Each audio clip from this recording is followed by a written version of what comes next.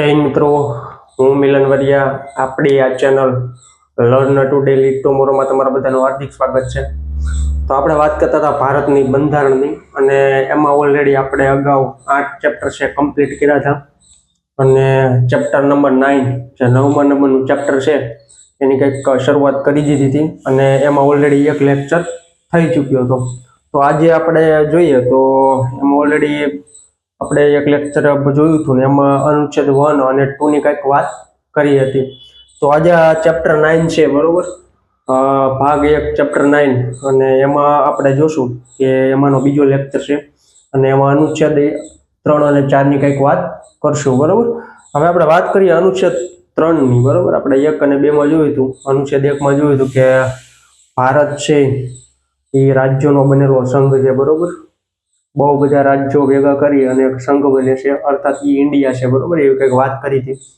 અને અનુચ્છેદ 2 માં પણ આપણે વાત કરી હતી કે જે ભારતનો ભાગ નથી એને ભારતની અંદર જો આપણે ઇન્વોલ્વ કરવો હોય, બરોબર, તો કઈ કઈ રીતે આપણે ઇન્વોલ્વ કરી શકીએ, કઈ રીતે આપણે છે જે ભારતનો ભાગ નથી એને કઈ રીતે આપણી સાથે જોડી શકીએ, એની કંઈક વાત કરી હતી. અનુચ્છેદ નંબર 2 માં વાત કરી હતી. આજે વાત કરશું અનુચ્છેદ નંબર 3, બરોબર. તો અનુચ્છેદ 3 માં શું આપેલું છે? અનુચ્છેદ નંબર 3 માં શું આપેલું? નવા રાજ્યોની રચના, રાજ્યોનો વિસ્તાર, સીમા અથવા નામમાં ફેરફાર, બરોબર. હવે એમ કે 2 રાજ્ય છે, એક રાજ્ય છે, કોઈ મોટું રાજ્ય છે, એમાંથી એક રાજ્ય અલગ પાડવું, બરોબર, અથવા તો એની સીમા છે, એનો ક્ષેત્ર છે, એમાં કઈ બાઉન્ડ્રીમાં ફેરફાર કરવો, બોર્ડરમાં ફેરફાર કરવો, અથવા તો એના નામકરણમાં કઈ ચેન્જ કરવું, બરોબર, એનું નામમાં ફેરફાર કરવો. તો એના માટે કઈ અનુચ્છેદ આપેલી છે? અનુચ્છેદ 3 આપેલી છે. મોસ્ટ આઈમ્પી છે, બરોબર. તો હું લખ્યું છે નવા રાજ્યોની રચના, રાજ્યોનો વિસ્તાર, સીમા અથવા નામમાં ફેરફાર, બરોબર. કોઈ પણ રાજ્યનું ક્ષેત્ર વધારવા કે ઘટાડવા. હવે આ જેમ કે મહારાષ્ટ્રનો અમુક ભાગ ગુજરાતને દેવાનો છે, અથવા તો એવું કે ગુજરાતનો અમુક ભાગ છે એ મહારાષ્ટ્રને આપવાનો છે, બરોબર. તો એના માટે અનુચ્છેદ 3 માં જોગવાઈ કરેલી છે.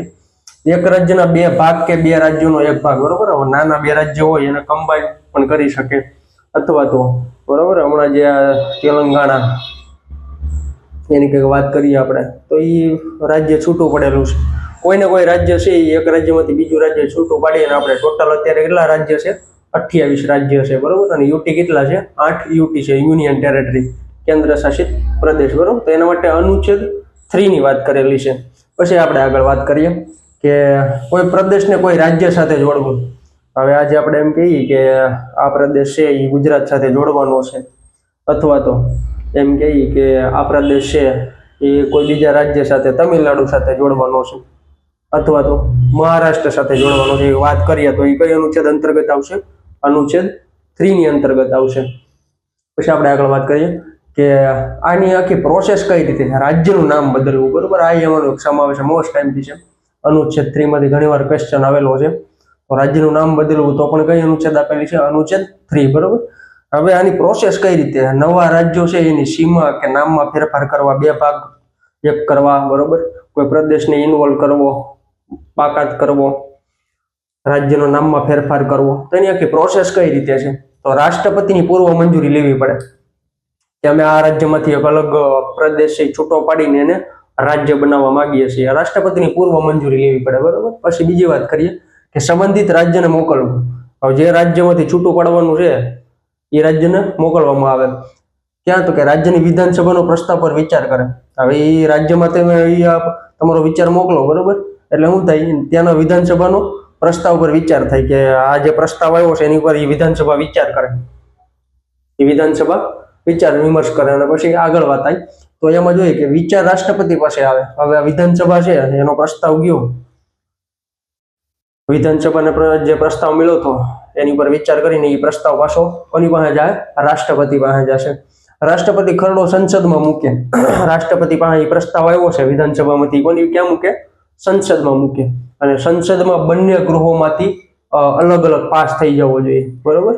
અલગ અલગ પાસ થઈ જવો જોઈએ. હવે અલગ અલગ પાસ થઈ જાય પછી શું થાય? તો કે એ ખરડો છે એ કાયદો બનશે, બરોબર. એટલે બંને ગૃહમાંથી અલગ અલગ સામાન્ય બહુમતીથી પસાર કરી દેવાનો. આમાં 368 ની વાત નથી કરી, એટલે મોસ્ટ ટાઈમ ઘણીવાર કન્ફ્યુઝન ઊભું થતું હોય કે આ સુધારા છે બધા આપેલા છે સીમાવાળા, ક્ષેત્રવાળા, નામ ફેરફારવાળા અનુચ્છેદ 3 પ્રમાણે, તો બહુમતી કઈ લાગવું પડે? 368 આવે કે સામાન્ય આવે? અનુચ્છેદ 368 પ્રમાણે આવે કે સામાન્ય આવે? તો એમાં ઘણી વાર કન્ફ્યુઝન થતું હોય, તો આ સામાન્ય બહુમતી જોઈએ આના માટે. પછી તો કે રાષ્ટ્રપતિ હસ્તાક્ષર કરવા માટે બાધ્ય છે. રાષ્ટ્રપતિ બંને ગૃહમાંથી જે સંસદના બંને ગૃહમાંથી જે ખરડો પસાર થઈ જાય સામાન્ય બહુમતીથી, પછી રાષ્ટ્રપતિ એની ઉપર સિગ્નેચર મારવા માટે બાધ્ય છે, બરોબર. રાષ્ટ્રપતિને કમ્પલસરી એની ઉપર સિગ્નેચર કરવી પડે અને એ ખરડો છે એ કાયદો બની જાય. કોઈ પણ પ્રદેશ છે કોઈ પણ રાજ્ય સાથે ભળી જાય, અથવા તો કોઈ રાજ્યનું નામ ચેન્જ થઈ જાય, અથવા તો એ રાજ્યમાંથી બીજું રાજ્ય છૂટું પડી જાય. પછી આપણે આગળ વાત કરીએ કે અનુચ્છેદ 4, અનુચ્છેદ નંબર 4, બરોબર. તો એમાં કઈ બાબત હતી? આ અનુચ્છેદમાં સંસદને એવો આદેશ આપવામાં આવે છે કે જો અનુચ્છેદ 2 અને 3 હેઠળ કોઈ પણ કાયદો ઘડાય તો બંધારણ અનુસૂચિ 1 અને 4 માં ફેરફાર થશે. હવે આપણે અનુસૂચિની વાત કરી ત્યારે જોયું હતું કે પહેલા નંબરની અનુસૂચિ છે એ શું છે? સંઘ અને રાજ્યોની યાદી છે.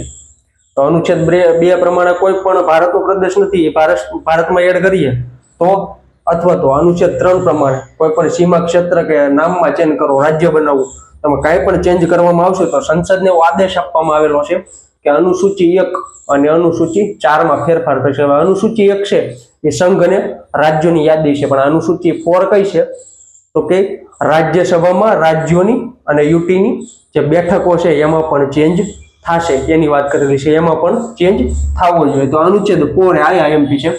પછી તો અનુચ્છેદ 4 માં તે રાજ્યોનું પુનર્ગઠન, રીઓર્ગેનાઇઝેશન ઓફ સ્ટેટ, બરોબર. ફરીવાર આખું આ જે આપણું આઝાદી પછી જે ભારત અને પાકિસ્તાનને એમ બે ભાગ પડે છે, તો ફરીવાર આખું ઓર્ગેનાઇઝેશન છે સ્ટેટ વાળું ચેન્જ કરવામાં આવે છે. તો કઈ રીતે કરવામાં આવે? પૂછ્યું હતું, બરોબર.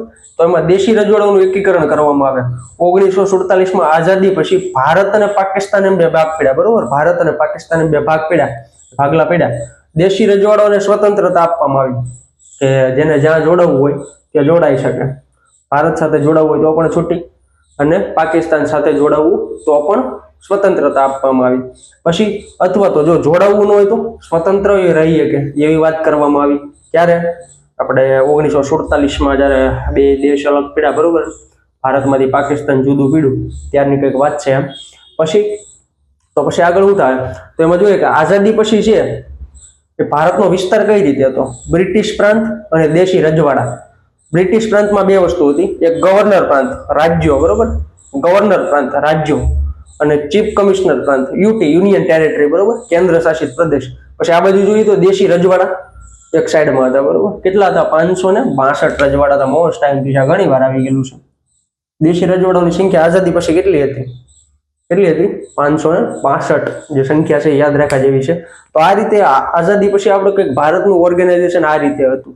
ભારતનો જે વિસ્તાર છે આ રીતે ડિવાઈડ કરેલો હતો. તો આપણે આનું આ ચેપ્ટર, બરોબર, આગળ છે એ કન્ટિન્યુ કરશું. આજે આપણે ચેપ્ટર 9 નો લેક્ચર 2 અહીંયા કમ્પ્લીટ કરીએ, અને આની અનુચ્છેદ 4 એ આપણે આગળ કન્ટિન્યુ કરશું. એમાં હજી થોડો જે જો પોર્શન બાકી છે એ અગાઉના લેક્ચરમાં કવર થઈ જશે. અને જુઓ મિત્રો, તમે આ ચેનલ ઉપર નવા હો તો આ ચેનલને સબસ્ક્રાઇબ કરો, બેલ આઇકન દબાવો, લાઈક કરો અને મિત્રો સાથે શેર કરો, જેથી અહીંયા કોઈ પણ અપડેટ આવે તો એની માહિતી તમારા સુધી પહોંચી જાય.